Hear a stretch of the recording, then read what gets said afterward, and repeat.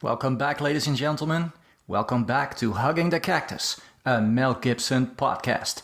And today we check into the Continental Hotel, compliments of Mel Gibson. And away we go.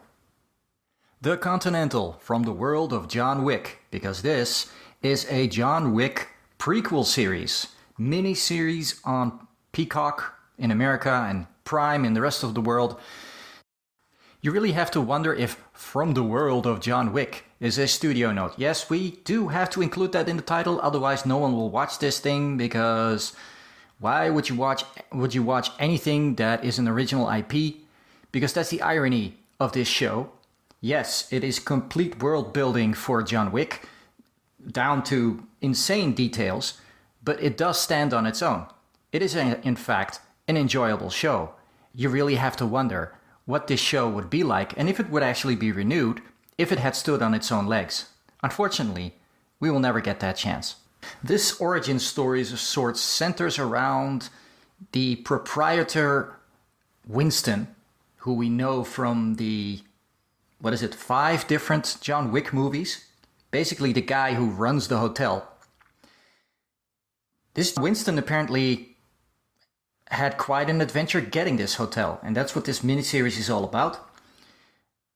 The opening credits reveal quite a bit about what this episode and the subsequent 2 other episodes will be about, because they more or less explain the upcoming plot. Now, if you want to know more about this, I suggest you watch a YouTube show called Screen Crush, because they go into, great detail on how basically everything is foreshadowed in the leader of the show, or really spoiled. Now, are we here to discuss the world of John Wick? No, not really. Are we here to discuss the true merits of this show? No, not really. Well, then why are we here? Well, we are here to discuss Mel Gibson. And Mel Gibson is a big part of this show. In fact, Mel Gibson is the main antagonist. He's the bad guy. He's the guy who is supposed to die at the end of the show for that feel-good moment. If he doesn't die, the heroes don't win. So really this is another analysis of bad guy Mel, and does he do enough on this show to make you hate him? Now, obviously he was cast because people hate him, and so he's the guy you root for to get killed. And in order for that to have any stakes and have any real significance, he really must be not only formidable, he must also be very evil, and he must have an actual chance to win. Now this is interesting because his portrayal is quite layered, because obviously he's not the main bad guy. The bunch of creepy people who run that shady murder organization called the High Council, those are the real bad guys, and they are represented by a figure called the Adjudicator, which is a chick with a plastic mask. Well, what does Mel Gibson's character do? Well, Mel Gibson's character is really, he represents chaos, and the hotel and the High Council and that whole world and that whole organization are all about order. They're a bunch of fascists. So Mel plays Cormac O'Connor, owner and proprietor of the Continental, and he runs this with an iron fist. You can tell that he was a henchman once, because he has that criminal callousness, that uncaring sense, where he basically condemns guy to death with a kind of cynicism, because obviously he was in that position many times by people whose position he now occupies. That position is precarious, and as the series progresses and he gets into deeper and deeper problems, that precarious position becomes, obviously a death sentence. He has these great quotes like, "The high table wants to send me to the glue factory," which is kind of a allusion to what they do to horses when, you can't run them at races anymore. Now, if you watch the Screen Crush YouTube show, they will explain to you in great detail why horses are so important in this show, because they represent. Cormac, they explain, means charioteer, someone who drives horses. And the chariot, of course, is the Continental. Nice little allegory. Now, as the show starts, a lot of characters are introduced, and I mean a ridiculous lot of them. Halfway through the first episode, I start to think, well, what do we need all these people for? Where is this going? Are we going to see them return in the second season? Because that's really what you start thinking in the third part, because a lot of these storylines that are started aren't really resolved, so they sort of must have had a second season in mind, or this must build to something in the movies with Keanu Reeves. One thing that is not even hinted at, but is sort of obvious, is that one of the brothers, one of the Scott brothers, is obviously the father of John Wick. The show starts with an incident centered around two boys who have caused some kind of arson. People have fallen victim. And the older of the two boys takes the blame, even though it was the younger boy who threw the Molotov cocktail. Now, the younger boy is Winston. The older boy is Frankie. He goes to jail, and they grow up on the rough patch of town. Frankie becomes a crook. He is somehow connected to that whole hotel, high council, high chair, whatever they are. Frankie turns out to have a Vietnamese girlfriend, a wife.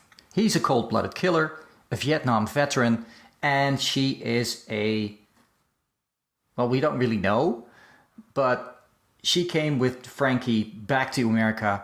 They wanted to start a family, suggesting she might be in the family way. In the family way with their son John, perhaps. It's not really explained, but it's an obvious hint. I mean, mommy is really good at martial arts. Now, the filmmakers, showrunners, showmakers, whatever we call them these days in this era of streaming, they're obviously big Kubrick fans. There's more than a little hint of Tarantino and Robert Rodriguez in there. And the heavy use of color schemes kind of suggests they, at some point, were influenced by the Trois Couleurs series by Kieslowski, who made movies basically with colors. He made blue, he made blanc, which is white, and he made red, rouge, and the color actually plays a significant part in how the whole movie is shot, as is this series, because in this series, and it's the same for the John Wick movies, yellow or gold stands for hope, red stands for evil and violence, and blue stands for peace, or when the protagonist is somehow in control. Now that's interesting, of course, because that's not what Kieslowski did. Kieslowski related those colors to the French flag and the tenets of the French Revolution, which is liberté, égalité, and fraternité, or liberty, equality, and brotherhood. Obviously, in this murderous upside-down world, it stands for something very different. Now, Keanu Reeves, of course, thrives in worlds that are upside down, crazy, murderous, and strange. We've seen many of his movies like that, so obviously that's one of the reasons why John Wick was so fantastic. I mean, let's talk about John Wick for a few seconds. That is an absolute classic. I still love that movie, although I've seen it only on very few occasions, because I really can't stand the fact that they murdered a puppy. You don't hurt a cute little puppy like that, and that basically gives him universal license to go on a mass murdering killing spree. And you are completely behind him. You as the viewer are in cahoots with this murderer who kills and kills and kills indiscriminately because they hurt his puppy. The puppy in this case is the death of Frankie at the end of the first episode. Spoilers. Now, obviously someone had to get killed in order for Winston Scott to become motivated to take down Cormac O'Connor and take his hotel away from him, which is the goal he sets himself at the end of the first episode. Now, most of the second episode, which is relatively short and ironically directed by a different director, is mostly his problems finding enough allies and having them all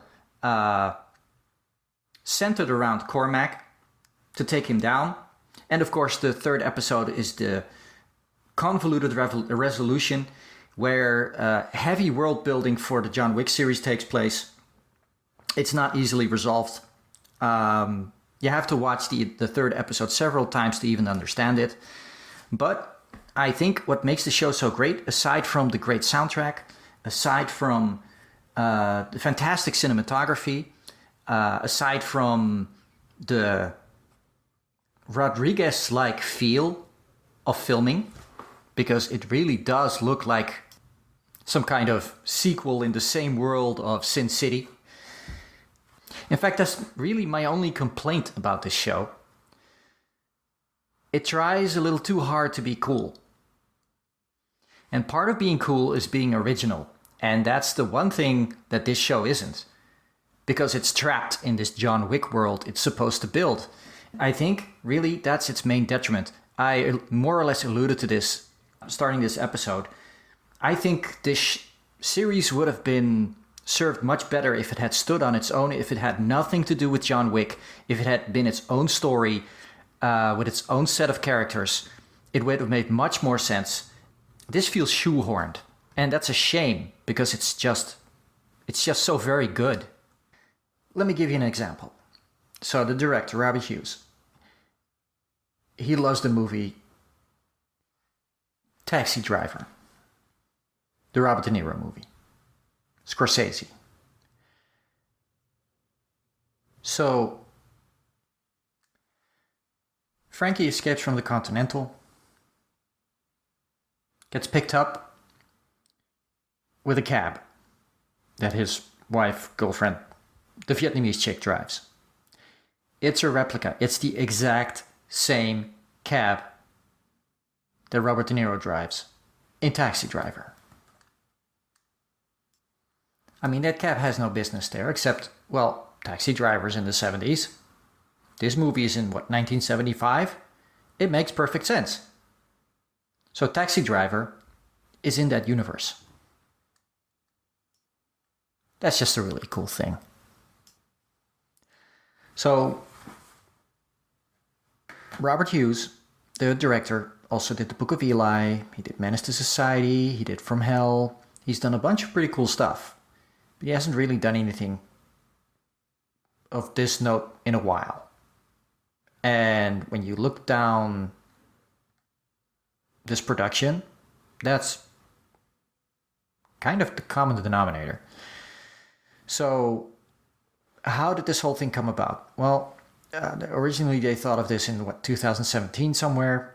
Chad Stahelski, who did all the other movies, conceived it, and it went to the pre-production, and it just went from hand to hand, and finally it ended up with the current crop of showrunners. Now, who are these guys? Well, they're like the cast. Basically, nobodies, and they've been around for a long time. So, basically you have Greg Coolidge, Sean Simmons, and Kirk Ward. Kirk Ward is also in the show. He's the adjudicator's henchman, the bald, creepy guy who headbutts people to death. He's probably the more accomplished of the three because he has like 40 acting credits, everything from The Island to Zombieland to Wayne. Now, Wayne is a show that connects the three showrunners, really. It's the project immediately preceding this. So, Kirk wrote Wayne, and he also has producer credit on it. Same with Sean Simmons. He co-wrote Wayne, which is a show about a kid whose car gets stolen and he chases the thief on a dirt bike. Same with Greg Coolidge, bit part actor, produced a little here and there. Now he's showrunner of Wayne. And he wrote Employee of the Month, if you've seen that movie. And he wrote ride-along, which is decent. So here are three guys kind of from the bowels of Hollywood, roped into to write and produce and run this show as a streaming thing on Prime, kind of left to be forgotten, except they actually come up with a really cool, really watchable show. Now, the middle episode is directed by Charlotte Brandström, who directed episodes of The Witcher and The Rings of Power. Sorry, I just vomited a little in my mouth. And Shogun and The Outsiders. So she's just basically a gun for hire, and maybe they needed a female director to get more money for the show, to check a box. That's probably the reason. Now, the music in this show is just mind-blowing. I mean, the score is just fantastic. It's done by an artist called Rafferty, who does a lot of scoring, mostly British shows, but he also did like the season 3 finale of Suits and another Prime show called Zone 414. Again, a guy who's just really good, and here he's just collecting a paycheck and accidentally just gives off work that is just mind-blowingly good, because the soundtrack is just fantastic. It's worth watching the series for alone. It's amazing. Now, the cast is really... the main star, obviously, is Mel Gibson, giving Hollywood a villain to hate. And supposedly the audience... he's an outstanding villain in this piece. The hero, of course, Winston Scott, is played by Colin Woodall. He's a nobody. He basically played a part on The Stewardess. I haven't even seen that.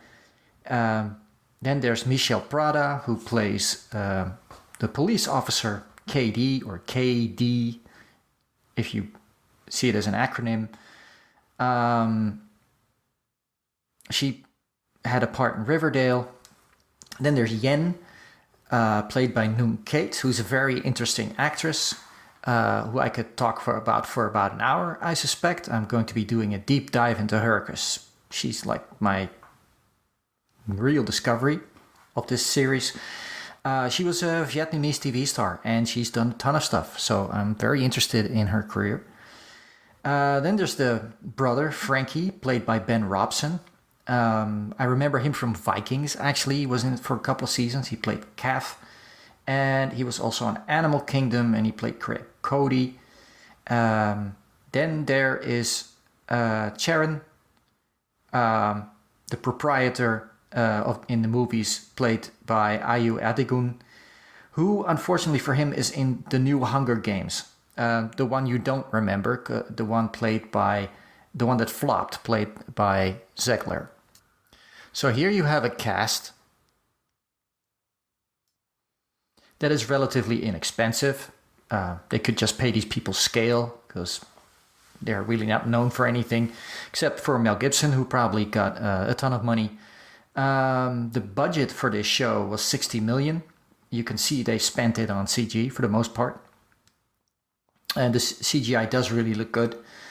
It's really unknown what kind of box office it did, obviously, because it's a TV show and it's on streaming, so the amount of views it gets is unknown, undeclared. Who knows how these shows do? We really don't know anymore, which is one of the reasons I would never invest in streaming companies, because really their business model is a little screwy, in my opinion. Now, I could get into all kinds of plot details, but this is a very complex plot, and it has very complex characters. It's way more complicated than John Wick and any of his 3 or 4 or how many sequels it has. So it's really worth watching just for that, because it's just a good unfolding story.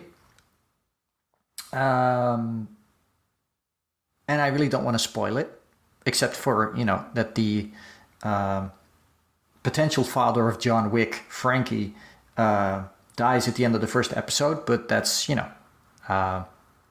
crucial for the plot to happen and kind of predictable. So what I'd really like to do is just talk about Mel's performance. You don't see much of him in the first episode, but he does come off well in the second one. There's a little subplot with the proprietor. He's gay and he has a boyfriend who's a classical musician, a cellist. And Cormac kills him because he doesn't want his proprietor to leave.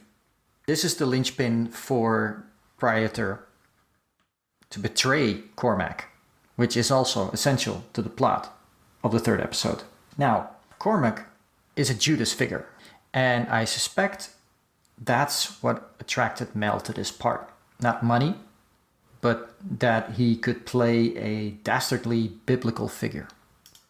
It's suggested all over the place with religious imagery and behavior, like giving the boyfriend a kiss. This is, of course, how the Romans could identify Jesus, because Judas kissed him on the cheek. That's how they knew it was him, so they could crucify him. Cormac does the same thing.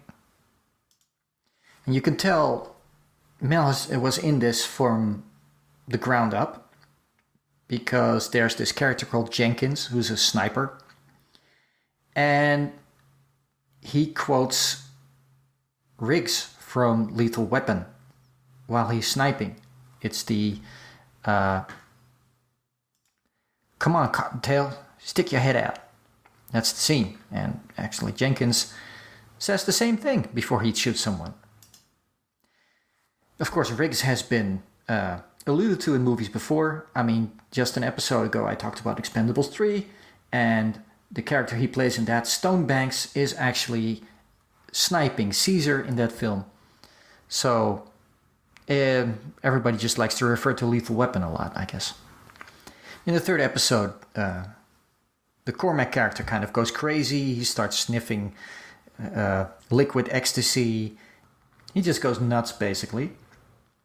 The pendulum swings back and forth a few times between Cormac and Winston. Ultimately, of course, the proprietor is the deciding factor. And this is where they give Mel also kind of a callback to his own career, because he gets to be racist. Because at some point he says, well, you know, I'll just, I'm going to, if you betray me, I'm just going to send you back to Zimbabwe in pieces. And the response he gets to that is, I'm from Nigeria. The renegade cop KD finally swims back into the pictures. He's been kind of in the show, pointlessly in the show, the entire show. But of course, she's essential to resolving the issue between Winston and Cormac. In fact, she has a personal vendetta against Winston because it was her family and who was burned by the Molotov cocktail he threw into that window as a child. So she's been hunting them ever since. And that's revealed at the beginning of the show because she's having sex with her boss in her filthy apartment, writing him cowgirl, and her burnt skin is revealed. It's not much of a spoiler to say that Cormac, played by Mel Gibson, comes to his eventual demise. And then, of course, there's the closing scene that Winston has with the adjudicator, basically to set himself up as the manager of the Continental. And then really the movie John Wick starts about a couple of decades later. As I said, this is a really classy show. The action is fantastic. It's filmed wonderfully. The soundtrack is amazing. There's good performances all around. It's well directed. Pretty much everyone on this show is overachieving. This series is way, way better than it has any right to be. Even for that budget. It's really, I can't recommend it enough. It's well worth watching, even if you don't care about John Wick at all. I actually really enjoyed the original. I don't enjoy the franchise as much, but nevertheless, you can watch this even without watching the movies. Again, another solid villain performance by Mel Gibson. He does that so well. But then again, he does everything really well. I hope you enjoy the Continental, and I'll be seeing you.